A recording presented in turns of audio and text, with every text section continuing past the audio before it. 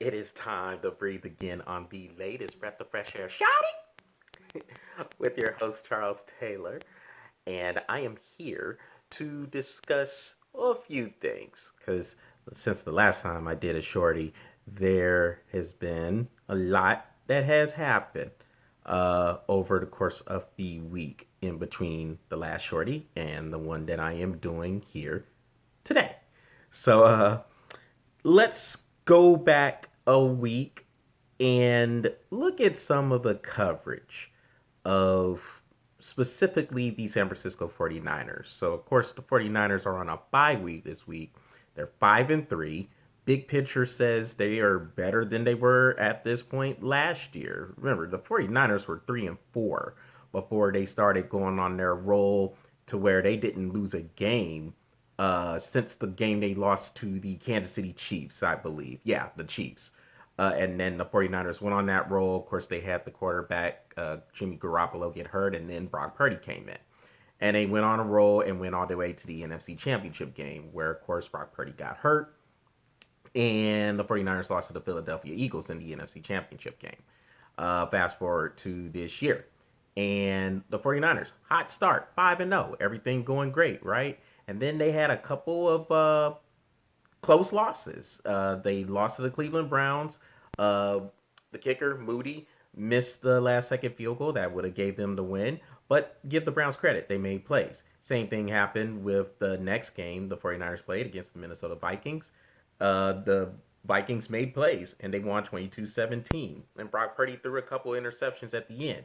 And then the Cincinnati Bengals thoroughly beat them 31-17. And now here come all these people. You have all these chalk shows, the debate based shows, the hot take shows like ESPN's First Take and Undisputed on Fox Sports 1 and numerous others, Sports Talk Radio on CBS Sports Radio, the people on NBC Sports. And now the questions surrounding Brock Purdy can't go away now. People want to ask, oh, do the 49ers have a quarterback problem? Now all of a sudden they have a quarterback problem? All of a sudden, when everybody was making Brock Purdy the darling of the NFL. Oh, this is such a great story. Mr. Irrelevant, overall last pick of the 2022 NFL draft. Oh my gosh, look at this great story of how he went from Mr. Irrelevant to Mr. Relevant. Now he has a few questionable games. They weren't really even bad games. He had a couple of bad throws. One of the plays that was made by the Cincinnati linebacker, I think it's Pratt, if I recall, he went up and snatched the ball from Purdy where he was trying to throw the ball into the end zone, and Pratt snatched the ball. It just took it out of the air. Those are just great plays by the NFL. Look, the main thing is give those teams credit. Give the Browns, give the Vikings, and especially the Bengals credit because people seem to forget the Cincinnati Bengals have been in the AFC Championship game 2 years in a row, just like the 49ers have been in the NFC Championship game 2 years in a row.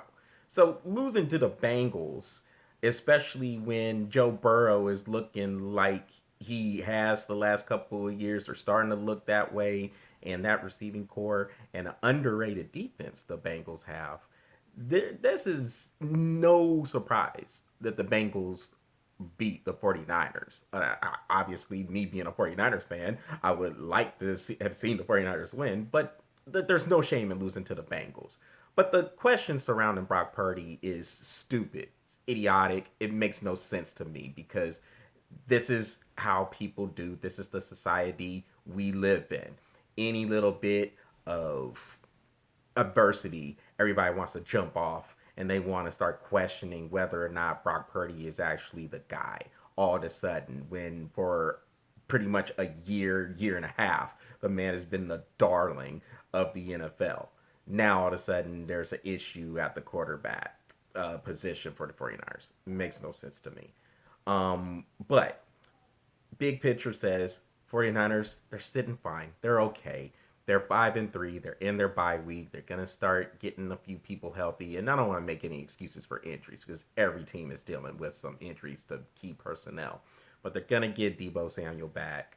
They're gonna get Trent Williams back. Maybe Christian McCaffrey can get healthy from his oblique injury that he had that made him questionable to play in the game last week against the Vikings. He appears to be okay, but the week of rest will help him get back together. And maybe Brock Purdy needs a rest too. Remember, he was in concussion protocol before the Bengals game, so everybody can start to get a little bit healthy, get ready for the second half of the season, and there is no concern of mine about Brock Purdy or the 49ers. They're sitting in a good position. They'll be fine. Let's see if they can get rolling for the second half. Uh, I just, it's just sickening watching these debate shows how they were all over Brock Purdy and now they want to question whether they want to stay on the bandwagon. And this is society, this is humanity, this is how they act when things don't go the way uh, that they were having it go in terms of just jumping on the hype train of going to another sport. Where are all those people who were on Colorado's jockstrap? Now all of a sudden, that since Colorado took a couple of losses, by the way, where's Travis Hunter with his show on Bleacher Report? Not so hot now that you got a couple of losses all of a sudden, but that's another story. I'm just talking about all the people who were there to lap up the gravy when everything was hot and everything was going good. Everybody wanted to see what Deion Sanders was doing in Colorado, and now they've caught some L's and they're nowhere to be found in Boulder. It's crazy to me. Um, that is a little bit of what I'm breathing on. But before I go, for the other part, let's give a congratulations to the Texas Rangers. Are you kidding me? The Texas Rangers are the World Series champs, and they kind of came out of nowhere. Now, I figured the Rangers would be pretty good. Obviously, they were spending the money to get these guys starting the year before, or starting last year when they spent big money to get Corey Seager and Marcus Simeon onto the team. And then this year they brought Jacob DeGrom to bolster the pitching staff. And then they made the trade before the deadline to bring Max Scherzer in. So we knew the Rangers were not playing. They were spending the money and they were developing other players because the farm system was finally being replenished from when it was depleted a few years ago when they were making those moves to try to get a World Series by getting guys like Prince Fielder and Cole Hamels. They gave all those assets away and their farm system was left to be depleted. So, with the depleted farm system and then just being in cap hell from those deals, there was some really, really tough years in the DFW area ahead, man. Uh, it was rough. It was very, very rough. But to see the Rangers come out of that, go through those seasons, 100 losses, 94 losses for another year, to see them come out of that and you have a mix of spending money, well, spent a lot of money, but a lot of younger players that was in the farm system came up big too. Of course, Adolis Garcia came up big. Nathaniel Lowe came up big.